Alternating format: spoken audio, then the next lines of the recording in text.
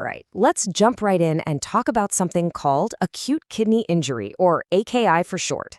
Now, this is a really big deal. It's when one of our body's most crucial systems suddenly takes a nosedive.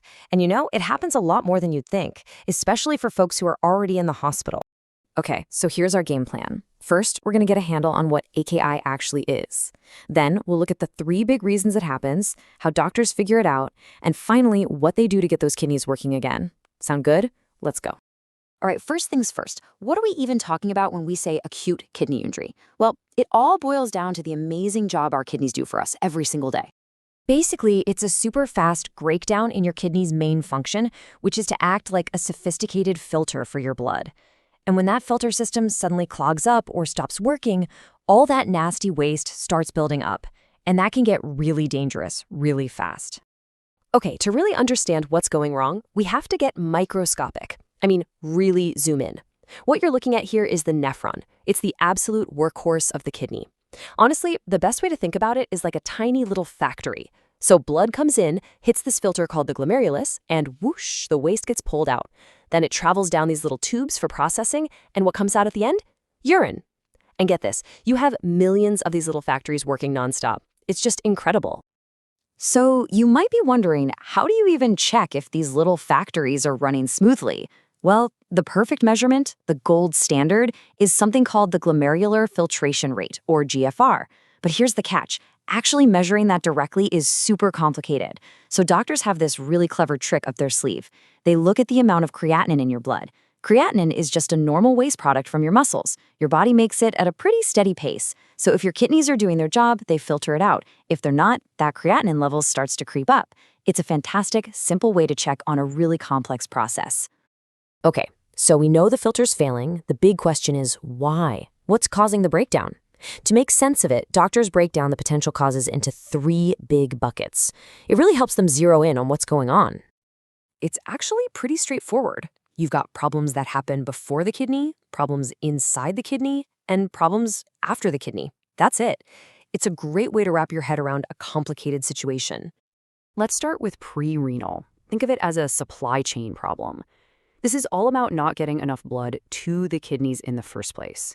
If the factory isn't getting its deliveries, well, the whole production line shuts down. And what causes that?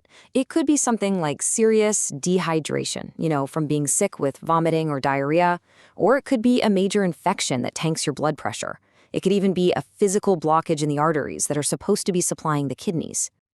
Next up, intrinsic causes. This time, the problem isn't the supply chain. The machinery inside the factory is actually broken.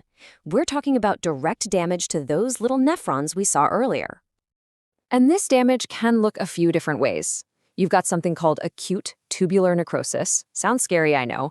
And that's when the actual cells in those little tubes start to die, maybe from a toxin or just a severe lack of blood. Or you could have inflammation, maybe triggered by certain medications or your own immune system going haywire. And sometimes the problem is right at the start, with the main filters, the glomeruli, getting damaged. And that brings us to our last category, postrenal. This one's easy to picture. It's basically a plumbing problem. The factory is making the product just fine, but there's a blockage in the pipes and nothing can get out. So imagine a drain that's completely clogged. This could be from something like an enlarged prostate, a tumor pressing on the system, or a good old-fashioned kidney stone. All that urine has nowhere to go, so it backs up, creating a ton of pressure that starts to damage the kidneys from the inside out. Okay, so we've got all these possible culprits, pre, intrinsic, and postrenal. So how in the world did doctors figure out which one it is and officially diagnose AKI? Well, they become detectives, looking for some very specific clues. Yeah, this isn't just a guessing game. There are very clear official criteria they use. And a lot of the time, the first big clue comes from one single number in a blood test. Remember that creatinine level we were talking about? That's the one. What they're looking for is a fast jump.